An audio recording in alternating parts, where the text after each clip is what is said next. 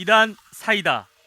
이단 사이다 광주 이단 상담소 이문기 소장님 함께합니다. 안녕하세요. 네, 안녕하세요. 네, 8월 1일에 구속된 신천지 이만희 교주가 구속 적부심을 신청했죠. 네, 그렇습니다. 이만희 교주 측에서 형사소송법 제214조 2에 따라 이만희 교주의 구속이 부당하다는 취지의 구속 적부심 청구서를 수원지법에 제출했습니다. 네. 심사는 8월 13일 오전에 수원지법에서 열렸습니다. 오전 10시부터 오후 1시 30분까지 진행된 심사에서 이만희 교주가 직접 법원에 출석하여 석방의 필요성을 말했지만 오후 8시쯤 수원지법 형사 11부는 구속 적부심 청구를 기각시켰습니다. 네, 재판부가 구속 적부심 청구를 기각한 이유가 뭔가요? 범죄 사실의 소명 정도, 수사 진행 상황, 건강 상태 등을 종합적으로 고려하면 구속영장 발부가 부적법하다거나 구속 계속의 필요성 등이 인정되지 않을 정도의 사정 변경이 생겼다고 보이지 않는다고 결정 이유를 설명했습니다. 네, 일단 구속 적부심은 언제 신청하는 건지 조금 짚고 넘어갈까요? 수사기관으로부터 구속을 당했을 때 국민 누구나 관할법원에 청구할 수 있습니다. 네. 피의자의 구속이 과연 정당한지를 법원이 다시 판단해 달라는 그런 요청 절차입니다. 네. 피의자의 인권과 권리의 부당한 침해를 막기에 시행되고 있는 제도입니다. 신청 자격은 구속 피의자 본인, 변호인, 법정 대리인, 배우자, 직계, 친족, 형제, 자매 등이 할 수 있습니다.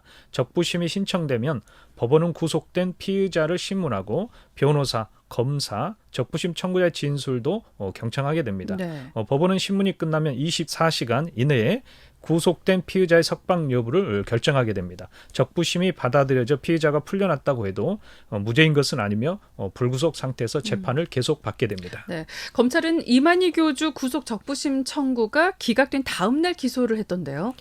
네, 그렇습니다. 수원지법 형사 6부는 14일에 감염병 예방법 위반, 위계에 의한 공무집행방해, 특정경제범죄, 가중처벌법 위반, 업무방해 등의 혐의로 이만희 교주를 구속 기소했습니다.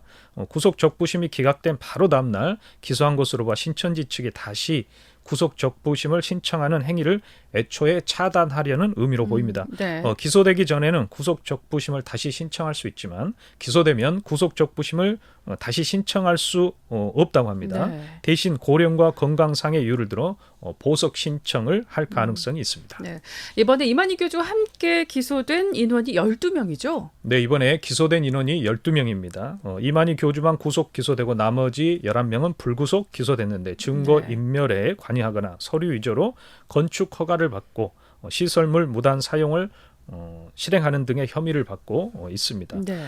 대부분 신천지 간부라고만 보도가 됐습니다. 앞서 7월 28일에 감염병 예방법 위반, 위계에 의한 공무집행방해, 증거인멸, 증거인멸 교사 등의 혐의로 신천지 과천 총회본부 총무 A씨 등 3명을 구속 기소하고 네. 4명을 불구속 기소했습니다. 그래서 총 12명이 검찰 조사를 받게 됐습니다. 또 대구지방경찰청은 6월 12일에 신천지 신도 100여 명을 고의 누락한 혐의로 신천지 대구 다대구 집화장과 간부가 구속되고 4명이 불구속된 사건이 있습니다. 대구시는 신천지를 상대로 구상권 1,000억 원을 청구해 놓은 상태입니다. 그럼 신천지 사건과 관련해서 검찰이 다 기소한 건가요? 그렇지는 않아 보입니다. 네. 과천경찰서가 김남희 전 원장이 고발한 사건이 있습니다. 이만희 교주와 신천지 신도들이 헌금 32억을 이만희 교주 부인 유모 씨 계좌 48개로 관리한 혐의를 물어 검찰에 기소 의견으로 송치를 했습니다. 네. 여기에 광주 베드로 지파와 대전 마띠아 지파와 관련한 건축 문제로 검찰에 고발된 사건이 있기 때문에 이 부분도 수사가 진행된다면 추가 기소될 가능성이 있습니다. 그리고 국세청에서 세무조사를 했기 때문에 앞서 기소된 사건과 관련이 없다면 검찰의 고발이 이루어질 가능성도 네. 배제할 수 없습니다. 네, 신천지 이만희 교주와 간부들이 구속된 사건으로 인해서 신천지 반격이 있지 않습니까? 네, 그렇습니다. 신천지 간부들이 양공 작전을 펴고 있는데 강성파를 결집시키기 위해서 코로나19의 책임이 정부에 있다는 식의 선전을 하고 있습니다. 네. 신천지는 7월 26일 신도들에게 보낸 공지사항에서 우리나라에 바이러스가 퍼진 것은 1차적으로 중국인 입국을 막지 못한 것에서 전 국가적으로 코로나가 퍼지게 됐다고 주장을 합니다. 네. 그러면서 추미애 법무부 장관 탄핵 청원 주소를 첨부합니다. 그리고 7월 20일에는 광주 베드로 지파 이모 교육부장이 추미애 장관 탄핵에 동참하라는 영상이 공개된 적도 있습니다. 네. 다른 한편으로는 이만희 교주 구속 사건과 관련해서 구속영장 발부가 유죄 판결을 의미하는 것은 아니다. 향후 재판에서 진실을 분명하게 밝히도록 하겠다고 말함으로써 그 신천지 신도들을 이탈 이런 부분을 막기에 다독이는 모습을 보이고 있습니다. 네.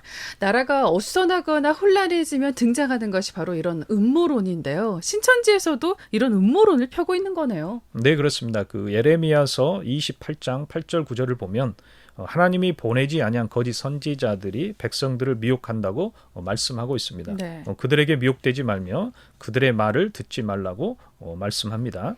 신천지는 최근에 발생한 홍수 피해와 코로나로 인한 천재지변, 그리고 문재인 정부의 측근 비리로 인한 구속 사건, 박원순 시장 사망 사건이 마치 신천지 언약의 사자인 이만희 교주를 구속시켰기 때문에 일어난 일들로 하나님의 심판의 성격으로 이렇게 해석을 합니다. 네. 신천지 측에서는 초림 때 기득권을 가진 유대 지도자들의 소요를 두려워한 빌라도가 예수님을 결국 십자가에 죽게 한 십자가 사건을 이만희 교주의 구속 사건과 동일시하고 있습니다. 네. 한마디로 말이 안 되는 매우 잘못된 음모론입니다. 신천지 이만희 교주는 구속 사유 중 하나가 개인 횡령 혐의입니다. 네.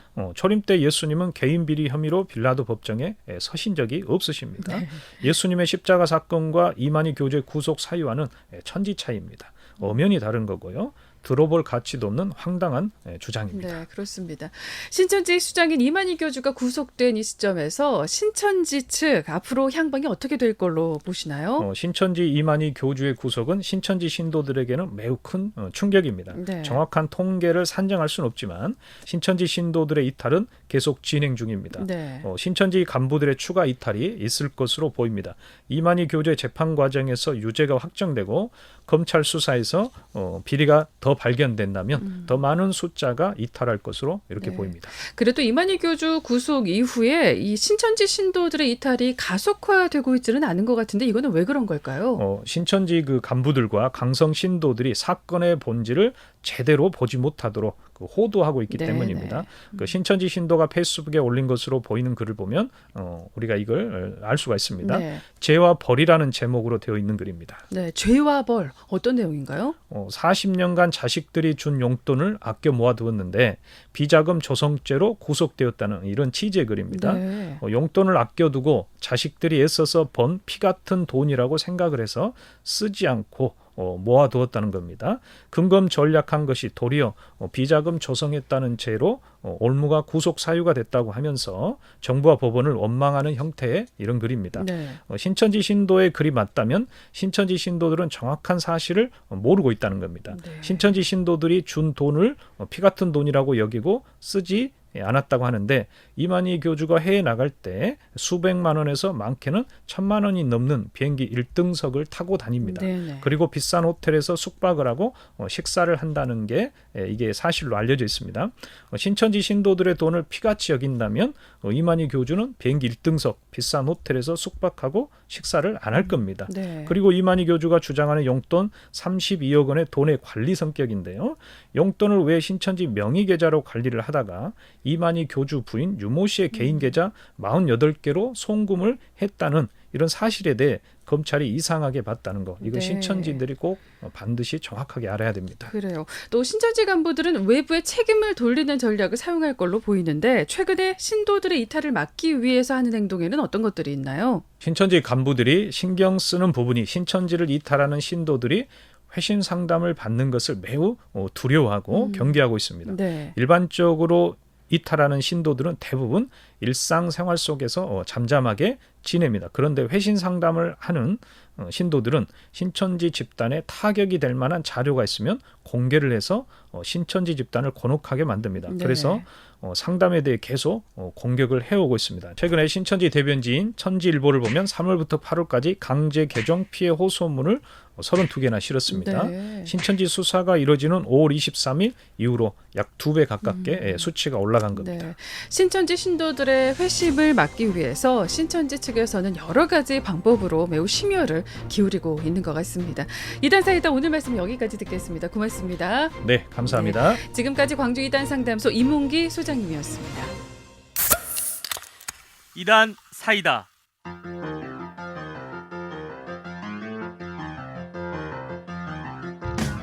광주 CBS는 이단의 피해로부터 성도들을 지키기 위해 한국교회와 함께하고 있습니다. 매주 목요일 찬야의 꽃다발 2부 이단 사이다 코너를 통해 이단 전문가와 함께 이단에 대한 실체를 시원하게 알려드립니다. 이단에 대한 궁금증이 있으신 분들은 문자나 인터넷 홈페이지를 통해 문의해 주시면 이단 전문가를 연결해 드리거나 그 궁금증을 해결해 드립니다. 이단 사이다 다음 주 목요일 이 시간에 계속 함께할게요.